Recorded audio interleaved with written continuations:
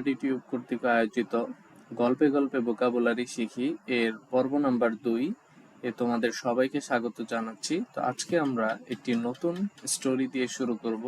স্টোরিটা হচ্ছে বীরবল দি ওয়াইস। হ্যাঁ, বুদ্ধিমান বীরবলের একটি গল্প নিয়ে আমরা আজকের ক্লাসটি শুরু করব। আচ্ছা, তো দেখো, বলছে one day a rich merchant came to Birbal. তো এখানে নোট করো, রিচ মানে রিচ অর্থ হচ্ছে ধনী। রিচ শব্দটির অর্থ হচ্ছে ধনী।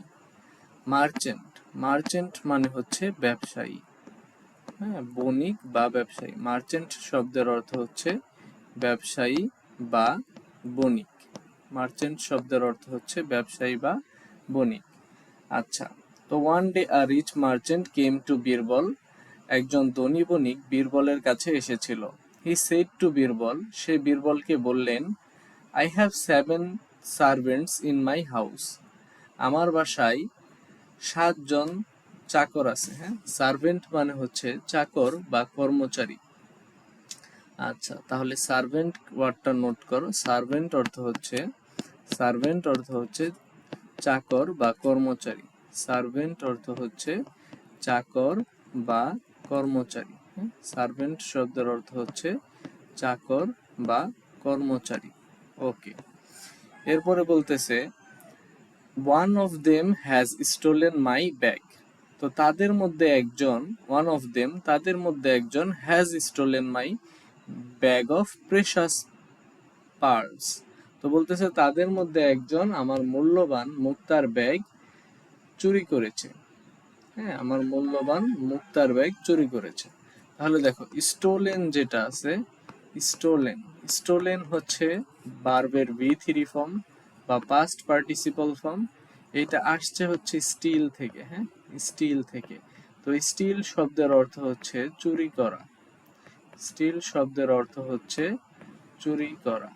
স্টিল শব্দের অর্থ হচ্ছে চুরি করা। ওকে, এরপরে দেখো কি বলছে, please find out the thief. Find out মানে হচ্ছে খোঁজা। ফাইন্ড আউট মানে হচ্ছে খোঁজা। ফাইন্ড আউট মানে হচ্ছে খোঁজা। Please find out the thief. তো দয়া করে আপনি চোরটিকে খুঁজে বের করুন। হ্যাঁ, please find out the thief, আপনি খুঁজে বের করুন। আচ্ছা, প্রেশাস শব্দটা নোট করো। প্রেশাস শব্দের অর্থ হচ্ছে মূল্যবান। প্রেশাস শব্দের অর্থ হচ্ছে মূল্যবান। প্রেশাস শব্দের অর্থ হচ্ছে মূল্যবান। আচ্ছা, এরপরে পালস ওয়ার্ডটা নোট করো। পালস শব্দের অর্থ হচ্ছে মুক্তা। PEARLS, pulse. পালস শব্দের অর্থ হচ্ছে মুক্তা। পালস শব্দের অর্থ হচ্ছে মুক্তা। ওকে, আচ্ছা, এরপরে আমরা যদি এবার কি ভোক্যাবগুলো দেখে নিই। হ্যাঁ, আচ্ছা, তাহলে দেখো, এখানে বাংলা অর্থ দেয়া আছে যে একজন ধনী ব্যবসায়ী বীরবলের কাছে এলেন। তিনি বীরবলকে বললেন, আমার বাড়িতে 7 জন চাকর আছে, তাদের মধ্যে একজন আমার মূল্যবান মুক্তার ব্যাগ চুরি করেছে, দয়া করে চোরকে খুঁজে বের করুন।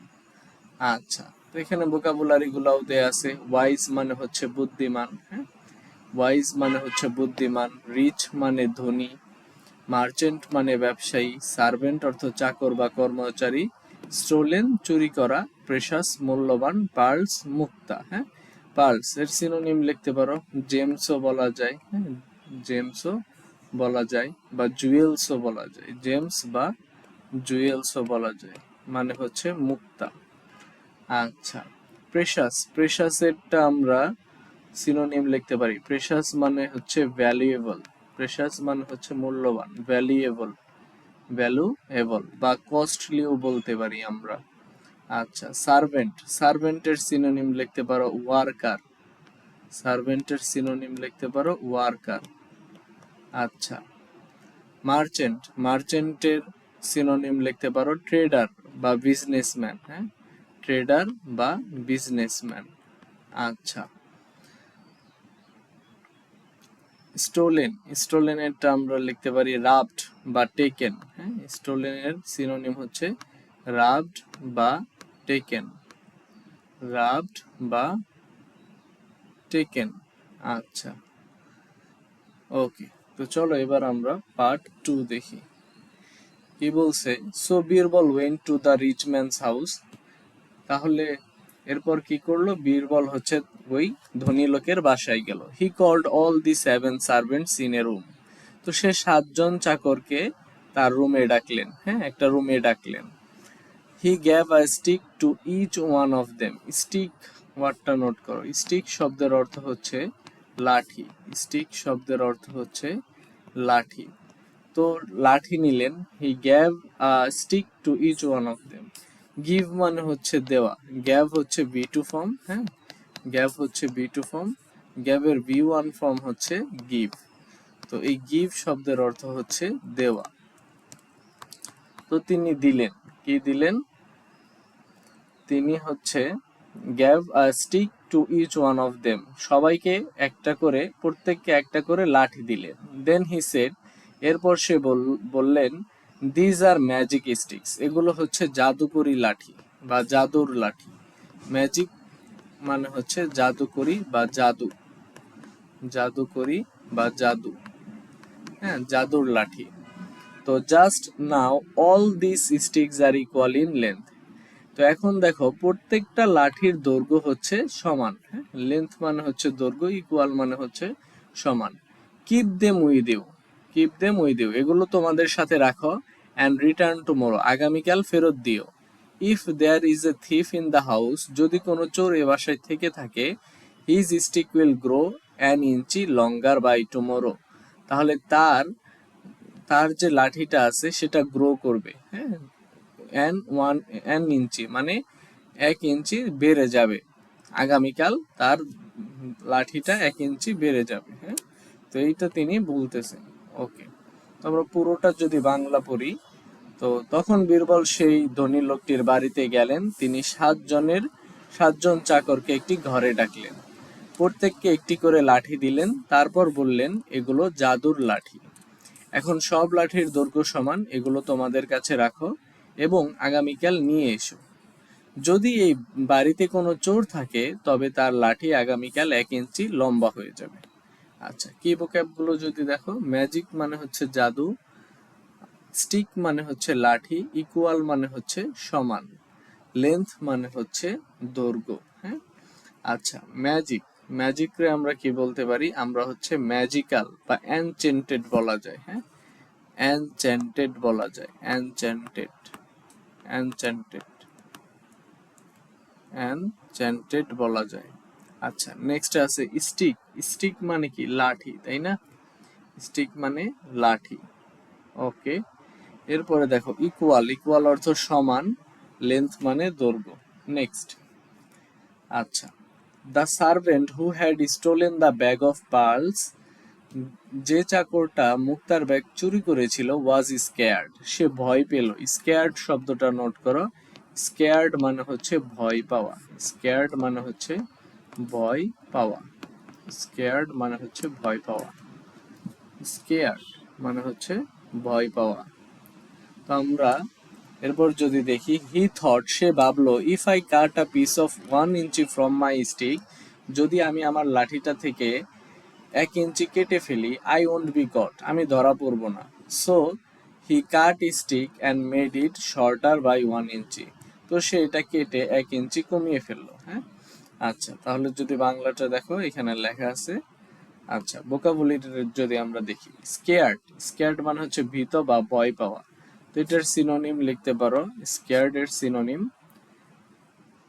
ফ্রাইটেন্ড, হ্যাঁ, ফ্রাইটেন্ড বা afraid.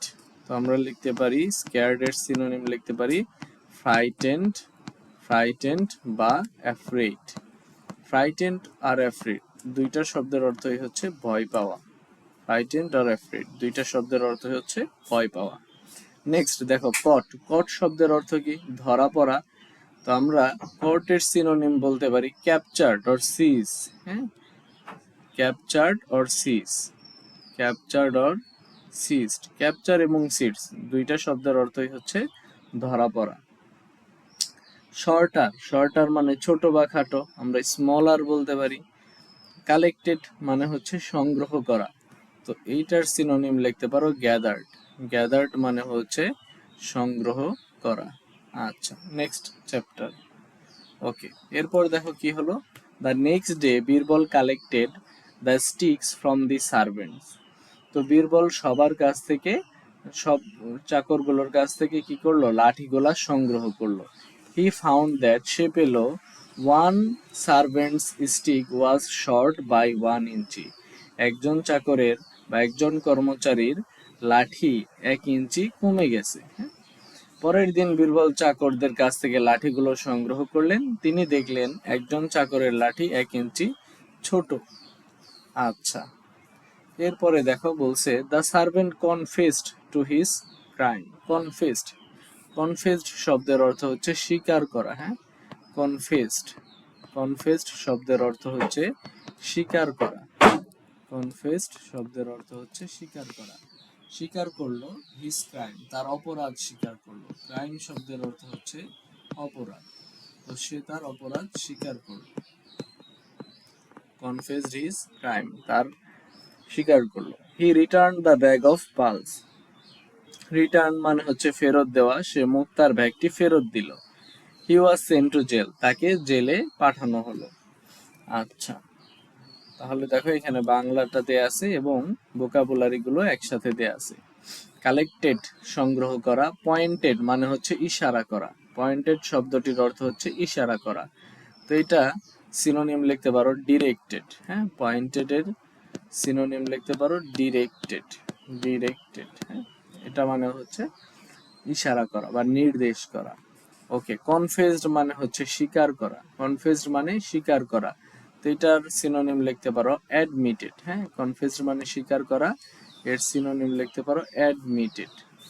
Admitted, admitted. Crime, crime মানে হচ্ছে অপরাধ, এর সিনোনিম লিখতে পারো অফেন্স। ক্রাইম মানে অপরাধ, এর সিনোনিম লিখতে পারো অফেন্স। অফেন্স। আচ্ছা, নেক্সট রিটার্ন। রিটার্ন শব্দের অর্থ হচ্ছে ফিরিয়ে দেওয়া। রিটার্ন শব্দের অর্থ ফিরিয়ে দেওয়া, লিখতে পারো রিস্টোরড। সিনোনিম লিখতে পারো রিস্টোরড। রিস্টোরড। আচ্ছা, জেল মানে কারাগার, ফিঙ্গার মানে আঙুল, টুমোরো আগামীকাল, ইঞ্চি, রুম হচ্ছে ঘর বা কক্ষ। আচ্ছা, এবার দেখো তাহলে এই গল্প থেকে আমরা কি নীতি কথা শিখতে পারি। যে wisdom and presence of mind, বুদ্ধি এবং উপস্থিত বুদ্ধি, ক্যান সলভ এনি প্রবলেম, যে কোনো রহস্যের সমাধান করতে পারে। তো আজকে এ পর্যন্তই। তোমাদের যদি স্টাডি টিউব এডুকেশন চ্যানেলের ভিডিওগুলো ভালো লেগে থাকে তাহলে অবশ্যই চ্যানেলটি সাবস্ক্রাইব করবে এবং তোমাদের বন্ধুদের সাথে শেয়ার করবে। ততক্ষণ পর্যন্ত সবাই ভালো থাকবে, সুস্থ থাকবে। আল্লাহ হাফেজ।